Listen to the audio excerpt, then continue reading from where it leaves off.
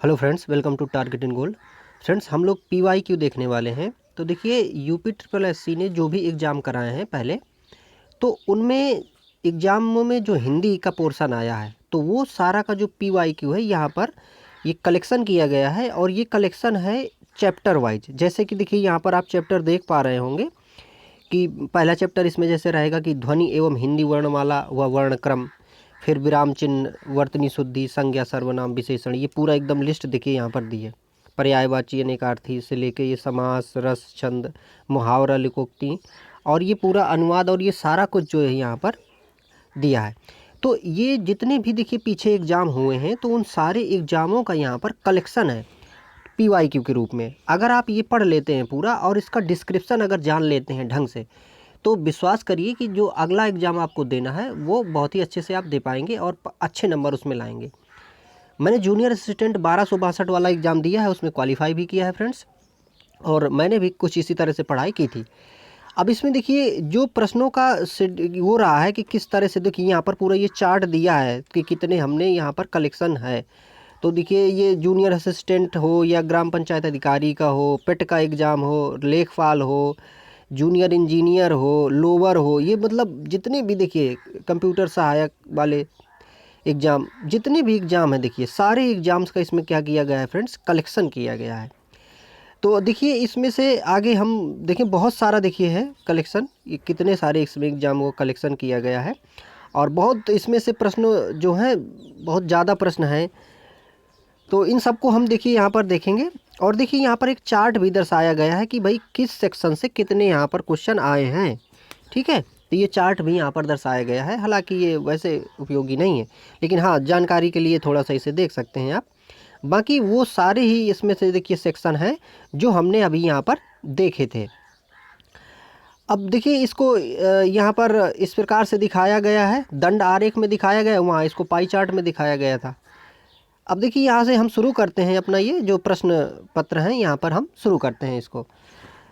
तो देखिए इसको हम प्रश्नों को देखेंगे, इसके साथ साथ में थोड़ा सा इसका डिस्क्रिप्शन भी लेने की कोशिश करेंगे, ताकि अगर आप इसी को पढ़ते हैं और ध्यान से पढ़ते हैं तो आने वाले जो प्रश्न हैं उनको आप हल कर पाएँ। तो चलिए शुरू करते हैं। तो देखिए पहला इसमें से जो सेक्शन था वो था ध्वनि एवं हिंदी वर्णमाला व वर्णक्रम, जो कि हमने उसकी सूची में भी देखा था। तो देखिए इसमें जो इस चैप्टर से पहला प्रश्न पूछा गया है वो पूछा गया है, निम्नलिखित में से अंतःस्थ व्यंजन कौन से हैं। मतलब यहाँ पर ऑप्शन दिए गए हैं और हमें बताना है कि अंतःस्थ व्यंजन कौन से हैं। ऑप्शन ए जो है यहाँ पर दिया है यारा लावा, ऑप्शन बी है छत्री वाला छा, त्रा और ज्ञा और विसर्ग, सी ऑप्शन है यहाँ पर ई चा छा और ऋषि। यहाँ पर डी ऑप्शन दिया है, देखिए सिटी वाला सा है, फिर षटकोण वाला सा और फिर सरौता वाला सा और फिर हा। तो इनमें से अंतस्थ व्यंजन कौन से हैं। इसमें जो ऑप्शन सही है वो अपना है ए ऑप्शन, यानी या रा ला वा। इन्हें हम कहते हैं अंतस्थ व्यंजन, इन्हें हम अंतस्थ व्यंजन कहते हैं और ये दरअसल अर्ध स्वर भी कहलाते हैं। अगला देखिए यहाँ पर दूसरा प्रश्न पूछा गया था, किस व्यंजन के उच्चारण में जिह्वा तालु से नहीं टकराती है। अब देखिए यहाँ पर क्या कह रहा है, जिह्वा जो है तालु से नहीं टकराती है। इसका मतलब क्या है कि वो तालव्य नहीं होगा। तालव्य कैसे, देखिए क्या है कि जो अपना हम ये बात करें कि जो अपना हिंदी है और हिंदी में जो भी वर्ण हैं, तो हिंदी में पूरे वर्ण कितने हैं फ्रेंड, 52। ये पूरे वर्ण हैं हिंदी में, क्या है, वर्ण।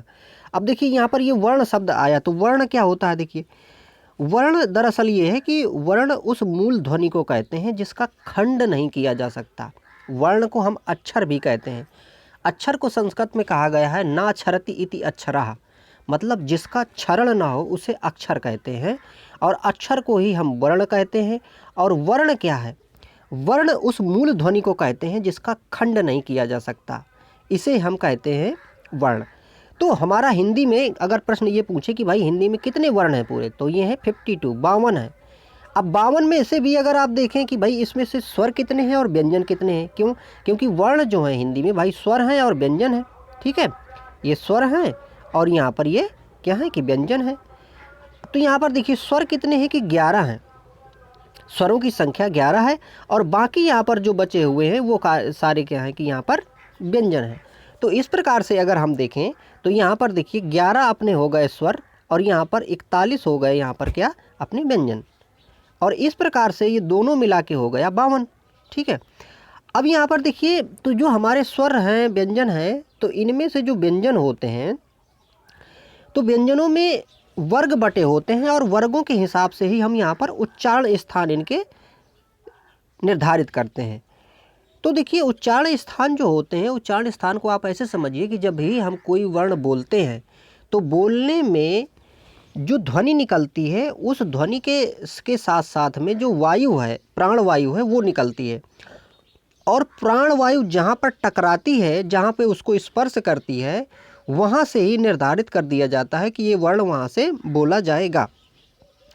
अब देखिए जो हमारा पूरा का पूरा ये हमने देखा कि भाई 41 यहाँ पर हमारे व्यंजन हैं, तो इन व्यंजनों में से इनके वर्ग बटे हैं। कैसे वर्ग? जैसे का वर्ग, तो का वर्ग में जो व्यंजन आएंगे वो का खा गा घा अंगा आएगा। ठीक है, फिर चा वर्ग, ऐसे फिर नीचे आएगा टा वर्ग, ता वर्ग, पा वर्ग। तो ये क्या है कि वर्ग वाले व्यंजन है। ठीक है, अब इनमें से जो वर्ग वाले व्यंजन है जैसे का वर्ग है ना, फिर चा वर्ग, टा वर्ग, ता वर्ग, तो ये किसी न किसी जगह से स्पर्श करेंगे और स्पर्श के हिसाब से हम आगे देखेंगे कि किस तरह से इनको अलग अलग बांट दिया गया है। इसी के साथ साथ में कुछ और व्यंजन होते हैं। एक होते हैं देखिए अंतस्थ व्यंजन, जिनको हमने देखा, तो अंतस्थ व्यंजन में आता है यारा लावा। दूसरे होते हैं ऊष्म व्यंजन। ऊष्म व्यंजन जो होते हैं, अब देखिए ऊष्म का मतलब क्या है? गर्मी पैदा करते हैं। तो ऊष्म व्यंजन में क्या होता है कि जैसे शाह है, शाह है ना, ये इसको सीटी वाला सा जैसे बोलते हैं शाह, और ये षटकोण वाला सा होता है ये, इसके साथ साथ में ये सरौता वाला सा और हा, ये जो व्यंजन होते हैं इनको हम कहते हैं ऊष्म व्यंजन। ठीक है, इसके बाद कुछ व्यंजन होते हैं जिन्हें हम संयुक्त व्यंजन कहते हैं। अभी देखिए ये चर्चा इसलिए मैं कह रहा हूँ कि यहाँ पर जो है ना ये इसी तरह के प्रश्न सारे पूछे गए हैं। आप देखेंगे अभी अगर जो ये चर्चा अगर सही से सुने हैं, आप भले ही कभी ना पढ़े हो सही से, तब भी आप उत्तर दे पाएंगे। ठीक है, तो हम आगे बात कर रहे थे संयुक्त व्यंजनों की। संयुक्त व्यंजन कौन से होते हैं? जो दो व्यंजनों से मिलकर बनते हैं, जैसे छा से छतरी वाला। ठीक है, इसके बाद ये त्रा, और इसके बाद में है ज्ञा, और आगे है स्रा। ये प्रश्न देखिए आगे पूछा भी गया है, इसको हम वहीं पर और भी थोड़ा डिटेल में देखेंगे। इसके बाद दुई चीज़ और होती है। एक चीज़ ये है कि द्विगुण व्यंजन होता है। एक द्विगुण व्यंजन जो होता है, जैसे ढा है और ये डा और ढा, ये दोनों द्विगुण व्यंजन कहलाते हैं।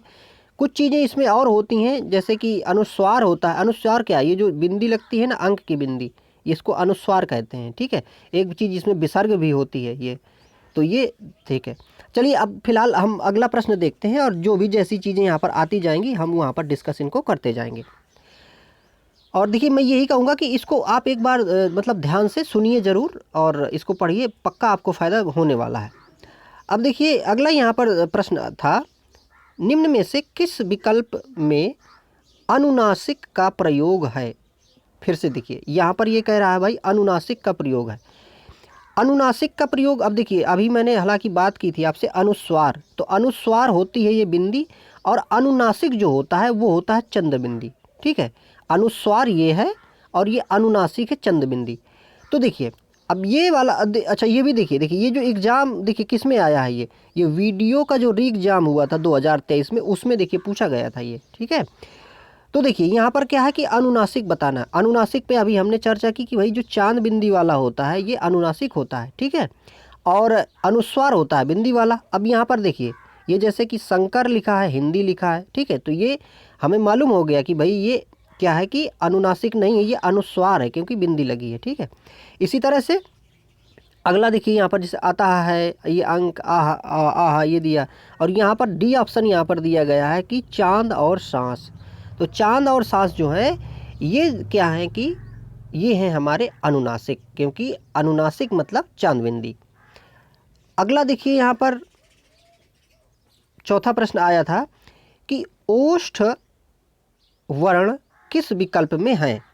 तो अभी हमने बात की थी कि भाई ये जो वर्ग होते हैं ना, का वर्ग, चा वर्ग, टा वर्ग, ये किस स्थान से जिस स्थान से ये बोले जाते हैं वहाँ से ये निर्धारित कर लिया जाता है कि भाई हाँ ये किस जगह से बोला जा रहा है, और वही इसका उच्चारण स्थान होता है। तो देखिए यहाँ पर क्या है कि ये ओष्ठ से पूछता है, तो ओष्ठ से देखिए आप वर्णों को बोल के देखिए, जो वर्णों को जब आप बोलेंगे तो जिनमें ओष्ठ का स्पर्श हो रहा है वही यहाँ पर होगा।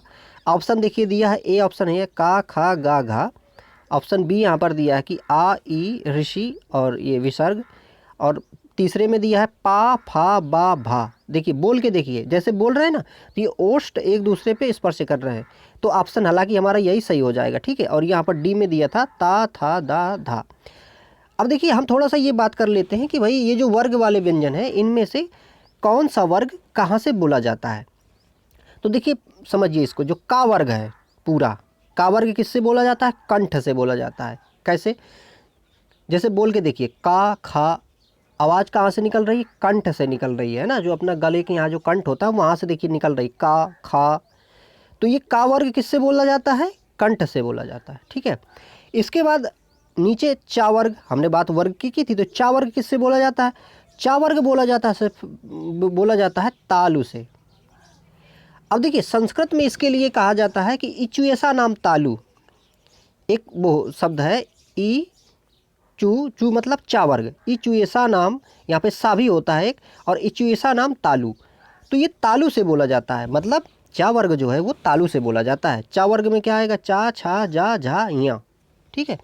अब टा वर्ग, तो टा वर्ग किससे बोला जाता है, देखिए टा ठा डा ढा णा, तो ये मूर्धा से बोला जाता है। ये टा वर्ग किससे बोला जाता है, मूर्धा, ठीक है। इसके बाद ता वर्ग, ता वर्ग, ठीक है। ये ता वर्ग किससे बोलते हैं, देखिए ता वर्ग ता था दा धा ना, ये होता है दंत, किससे होता है, दंत हैं, ये दंत से बोले जाते हैं। इसके बाद पा वर्ग, अभी हमने देखा ऊपर देखिए आया था पा वर्ग, तो पा फा बाबा किससे, ओष्ठ से बोलते हैं। तो देखिए अभी तक में हमने ये सारा देखा। अब यदि आपने पहला भी सुना होगा ध्यान से और अभी का सुना होगा तो अभी इसमें आगे कहीं आएगा तो आप इसको हल कर ले जाएंगे। देखिए अगला प्रश्न इसमें पूछा गया है, संयुक्ताक्षर व्यंजन निम्न में से कौन से हैं, इसका उत्तर दीजिए आप। देखिए पहला ऑप्शन था इसमें छा छत्री त्र त्रिशूल और ज्ञा ज्ञानी और श्रा, और बी ऑप्शन था कि था फा बा भा, सी ऑप्शन था सिटी वाला सा, षटकोण वाला और सरौता वाला सा, और यहाँ पर हा, और डी ऑप्शन यहाँ पर था क्या, या रा लावा। अब देखिए इसमें से पक्का आपको आंसर आ गया होगा, कौन सा है संयुक्त व्यंजन, ए वाला है, यानी छा छत्री त्र त्रिशूल ज्ञा ज्ञानी और ये श्रा। क्यों, क्योंकि देखिए हमने इसके बारे में डिस्कस भी किया था कि भाई ये संयुक्त व्यंजन होते हैं। अब यहाँ पर देखिए ये छा छत्री त्र त्रिशूल ज्ञा ज्ञानी और ये श्रा जो है ये कैसे बनते हैं, इसको थोड़ा यहाँ पर देखते हैं। देखिए जो छा से छत्री वाला है ये बनता है फ्रेंड्स का प्लस सा। अब देखिए का में यहाँ पर मैंने ये नीचे ये थोड़ा सा ये लगाया है, क्यों लगाया है ये, क्योंकि ये जो देखिए ये व्यंजन का शुद्ध रूप यही होता है, व्यंजन के साथ में जब हम स्वर जोड़ देते हैं आ, कैसे, जैसे देखिए अगर मैं लिख दूँ का, नीचे ये लगा के प्लस लिख दूँ आ, तब ये बन जाएगा पूरा का, क्योंकि का में ये का के साथ में आ जुड़ा होता है। तो यहाँ पर देखिए जो छा से छत्री वाला है ये कैसे बनता है, ये का और ये सा। कभी कभी ऐसे भी प्रश्न पूछा जा सकता है कि छा छत्री का विस्तार करके पूछ लिया जाए तो ऐसे होता है ये, ठीक है। दूसरा देखिए क्या था, त्रा, त्रा किससे होगा, ता होगा, और ये दूसरा यहाँ पर क्या होगा, रा होगा, ठीक है। इसी प्रकार से ज्ञा, तो ज्ञा बनता है देखिए किससे, जा से और इया से। इसके बाद ये जो श्रा बनता है तो श्रा बनता है ये से सा से और प्लस रा से। तो ये क्या है, ये संयुक्त व्यंजन है। अगला देखिए प्रश्न आया था कि भाषा की सबसे छोटी इकाई क्या है। ऑप्शन देखिए यहाँ पर दिया था शब्द, वर्ण, पदबंध और पद। अगर आपने सुना होगा थोड़ा सा डिस्क्रिप्शन तो आप समझ गए होंगे कौन सा ऑप्शन सही है, वर्ण सही है। क्यों, देखिए वर्ण को मैंने बात की थी, वर्ण को अक्षर भी कहते हैं, अक्षर को ना क्षरति इति अक्षरा भी कहते हैं, जिसका क्षरण ना हो, जिसको विभाजित ना किया जा सके। तो जिसको विभाजित नहीं किया जा सकेगा वही सबसे छोटी इकाई होगी। तो यहाँ पर देखिए वर्ण क्या है, वर्ण सबसे भाषा की छोटी इकाई होती है, क्योंकि इसको वहाँ पर विभाजित नहीं कर सकते हैं। अगला देखिए यहाँ पर प्रश्न पूछा गया है कि निम्न में से कौन सा समूह सही नहीं है। तो यहाँ पर देखिए वही पूछा गया है, देखिए यहाँ पर उच्चारण स्थान दिया गया है और यहाँ पर दे दिया गया है उनके सामने अक्षर दे दिए गए हैं। तो देखिए भाई ओष्ठ से क्या बोला जाता है, पा, देखिए पा फा बा भा मा बोले जाता है। तो यहाँ पर देखिए ये सही है, लेकिन हमें क्या बताना है कि कौन सा यहाँ पर सही नहीं है। तो ये तो सही है भाई, पा वर्ग जो है ये ओष्ठ से बोला जाता है। बी ऑप्शन देखिए दिया है कंठ और दिया है क्या का खा गा गा। हमने अभी बात की है कि भाई का वर्ग किससे बोलते हैं, कंठ से बोलते हैं, तो ये बात भी ठीक है। अगला देखिए यहाँ पर दिया है मूर्धा और फिर दिया है चा छा जा झा। अब देखिए ये मूर्धा से बोल रहा है, लेकिन अभी हमने क्या पढ़ा है, हमने पढ़ा है इचुएसा नाम तालु, चा वर्ग तालु से बोला जाता है, ठीक है। तो यहाँ लेकिन दिया किससे, मूर्धा से, कह रहा है कि यह मूर्धन्य है, तो नहीं ये मूर्धन्य नहीं है, ये किससे है, तालु से। अगर यहाँ पर दिया गया होता तालब और दिया गया होता चा छा जा झा तो ये सही होता, लेकिन ये ऑप्शन गलत है और गलत ही हमें बताना था, तो इसलिए ये ऑप्शन यहाँ पर सही हो जाएगा। अब अगला देखिए यहाँ पर एक शब्द दिया है वर्तस्य, तो ना ला रा और सा ये एक अलग वर्ग है इसका जो यहाँ पर दिया गया है। हालांकि हम मूर्धा से यहाँ जान ही लेंगे कि भाई मूर्धा जो होता है वो चा वर्ग से न होकर तालब से होता है, इसलिए हम यहाँ पर इसको आइडेंटिफाई कर लेंगे। ये भी देखिए वीडियो री एग्जाम में पूछा गया था प्रश्न। अगला देखिए यहाँ पर प्रश्न पूछा है कि कंठ से उत्पन्न होने वाला वर्ण कौन सा है, कंठ से उत्पन्न होने वाला वर्ण। अब तो आप इसको बता ही लेंगे। देखिए पहला ऑप्शन दिया है डाढ़ा, दूसरा दिया है यहाँ पर गा घा, तीसरा दिया है ऋषि और रा, और चौथा ऑप्शन यहाँ चा और छा दिया है। तो आप अपने दिमाग में लगा लिए होंगे इसको सही, क्या है ये बी ऑप्शन यहाँ पर सही है, क्योंकि ये कंठ से बोला जाता है अपना का वर्ग। चलिए देखिए अगला यहाँ पर देखते हैं, निम्नलिखित में से कौन सा मूर्धन्य व्यंजन है, ठीक है, कौन सा मूर्धन्य व्यंजन है, ये यहाँ पर हमें पता करना है। मूर्धा किससे होता है, टा वर्ग मूर्धा होता है, ठीक है, तो टा वर्ग मूर्धा से होता है। अब यहाँ पर देख लीजिए आप, एक पहले में दिया है पाफा, दूसरे में दिया है ये डाढ़ा, तीसरे में दिया है गाघा, और यहाँ पर दिया है देखिए चौथे में जा और झा। तो देखिए भाई टा वर्ग है तो टाठा डा ढाड़ा, ये देखिए, तो ये दूसरा क्या हो जाएगा, मूर्धन्य से हो जाएगा, क्योंकि टा वर्ग मूर्धा, टा वर्ग मूर्धा, ठीक है। अगला ये देखिए जूनियर असिस्टेंट में पूछा गया था फ्रेंड्स, ये किसमें, जूनियर असिस्टेंट में पूछा गया था, जो पिछला एग्जाम हुआ था, ये 1262 वाला ही एग्जाम का है, ये देखिए 1262 का, इसी को मैंने फ्रेंड्स यहाँ पर दिया भी था। अगला देखिए प्रश्न, ये भी देखिए जूनियर असिस्टेंट में पूछा गया था, बहुत ही अच्छा प्रश्न था ये, और ये कमाल की जानकारी होने पर ही आप इसको हल कर सकते हैं। चलिए देखिए इसमें क्या है, निम्न ये जो नीचे तालिका दी गई है, इस तालिका में हमें बताना है कि भाई कौन सा अशुद्ध मेल है, ये हमें बताना है। यहाँ पर हमने प्रीवियस ईयर क्वेश्चन हल कराया है, तो उसमें भी इसको मैंने काफ़ी डिटेल में बताया था। तो यहाँ पर हालांकि जो अपना ऑप्शन है वो देखिए, यहाँ पर सी जो ऑप्शन है ये अशुद्ध था, इसलिए अशुद्ध था यहाँ पर कि जो धा होता है, ये धा जो अभी देखिए धा यहाँ पर देखिए सघोष महाप्राण और ओष्ठ, तो ये जो है ये ओष्ठ से नहीं होता है, ये धा जो होता है किससे होता है, धा किस में आता है, देखिए ता वर्ग में आता है, और ता वर्ग दंत से बोला जाता है, तो ता था दा धा ना, तो ये दंत होगा यहाँ पर, इसलिए ये गलत था। अब थोड़ा लेकिन हम एक चीज़ यहाँ ये भी थोड़ा समझ लेंगे फ्रेंड्स, कि ये देखिए जो यहाँ पर दिया है ना सघोष और ये महाप्राण, ये दोनों चीज़ें क्या हैं, तो यहाँ पर देखिए सघोष है या घोष है, तो घोष ये जिसको हम सघोष भी कह रहे हैं, तो वो क्या चीज़ है और अघोष क्या चीज़ है। अब क्या होता है कि देखिए जब भी हम शब्द को बोलते हैं या कोई वर्ण बोलते हैं, तो जब हम वर्णों को बोलते हैं तो वर्णों को बोलने में हमारी जो स्वर तंत्रिकाएँ हैं वो झनकृत होती हैं। तो स्वर तंत्रिकाएँ अगर झनकृत होती हैं ज़्यादा से, तो वहाँ पर क्या होता है कि वो घोष होता है। यदि स्वर तंत्रिकाएँ झनकृत नहीं होती हैं तो वहाँ पर क्या है कि वो अघोष होता है। अब यहाँ पर जैसे बात करें कि जो अघोष होता है फ्रेंड्स, तो अघोष में किसी भी जो वर्ग है, वर्ग के पहला और दूसरा, जैसे का वर्ग है तो का और खा, ठीक है, ये क्या होंगे, अघोष होंगे। इसके आगे के जो तीन होंगे वो क्या होंगे, सघोष होंगे, ठीक है, सघोष या घोष होंगे। तो हमें ऐसे ही पता करना है, कैसे कि अगर कोई भी वर्ग है, उस वर्ग का अगर पहले दो शब्द हैं, जैसे का वर्ग में का खा, चा वर्ग में चा छा, तो ये क्या है, ये फ्रेंड्स ऐसे हैं कि अघोष हैं, क्या हैं, अघोष, ठीक, अघोष। तो अब यहाँ पर देखिए, यहाँ पर हालांकि ये बोल रहा था कि जो धा है, तो धा कैसा है, सघोष है, अघोष नहीं है। क्यों, क्योंकि देखिए पढ़िए, ता था दा और धा, तो देखिए ये दो होता यदि, यहाँ तक ता था होता यदि, तो ये क्या हो जाता, इस केस में ये अघोष होता। लेकिन अब ये इसके आगे निकल गया तो ये सघोष होगा, तो ये धा की ये बात तो यहाँ पर ठीक हो रही थी। अब एक चीज़ और देखिए, यहाँ पर क्या होता है, ये महाप्राण दिया है और एक होती है इसमें अल्प प्राण। तो महाप्राण और अल्प प्राण की भी एक चीज़ होती है। तो इसमें अल्प प्राण और महाप्राण क्या होता है कि जब भी हम कोई उच्चारण बोलते हैं तो उच्चारण करने में जो हमारी वायु है, प्राणवायु है, तो प्राणवायु कितनी बाहर निकलती है, प्राणवायु बाहर निकलने के हिसाब से ही हम वहाँ पर ये निर्धारित करते हैं कि ये अल्प प्राण है कि महाप्राण है। अब देखिए, जैसे मान लीजिए कि कोई हमने एक अक्षर बोला, जैसे हमने बोला का और फिर बोला खा, फिर बोला गा और फिर बोला घा। अब देखिए इसमें से क्या, जब का बोलते हैं और खा बोलते हैं तो दोनों का अंतर समझिए, बोल के देखिए, खुद बोल के देखिए, का और खा। देखिए का बोलने पे जो है जो हमारी वायु है वो कम निकलती है, लेकिन खा जब बोलते हैं तो देखिए ज़्यादा निकलती है। इसका मतलब क्या हुआ कि भाई यहाँ पर जो का है ये अल्प प्राण, प्राण को कम बाहर फेंकता है। तो का यहाँ पर देखिए क्या है, अल्प प्राण है, और खा यहाँ पर क्या है कि ये है महाप्राण।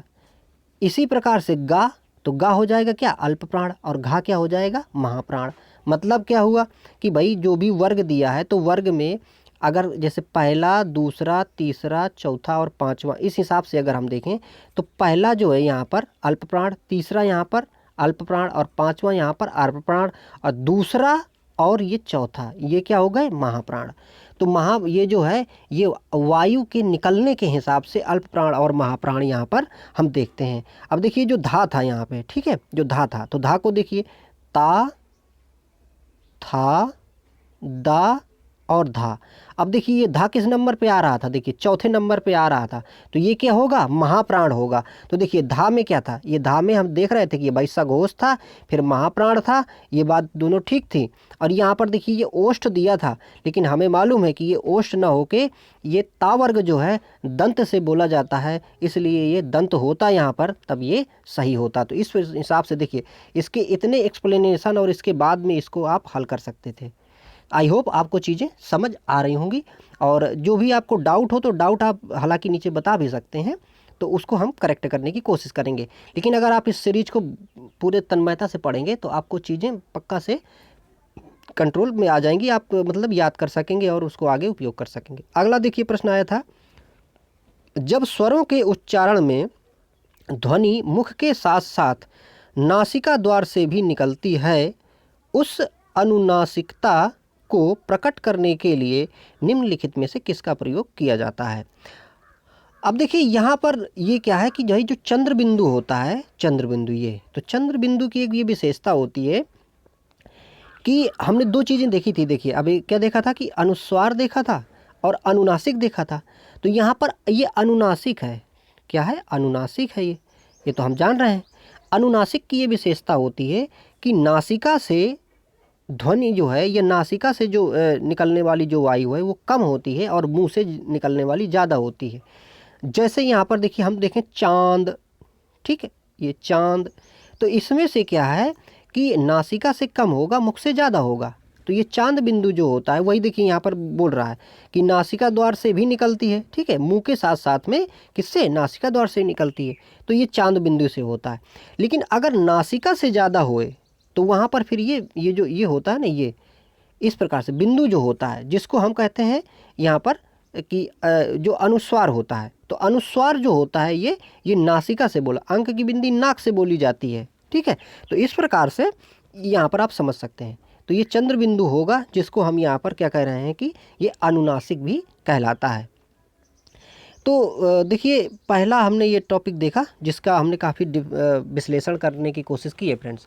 अब देखिए दूसरा अपना ये जो रहेगा ये रहेगा विराम चिन्ह वाला, हम क्रम से हल करते जाएंगे और ऐसे ही डिस्क्रिप्शन देते जाएंगे। आई होप आपको चीज़ें समझ में आई होंगी। जो भी आपका सुझाव हो वो कमेंट में फ्रेंड्स ज़रूर लिखें।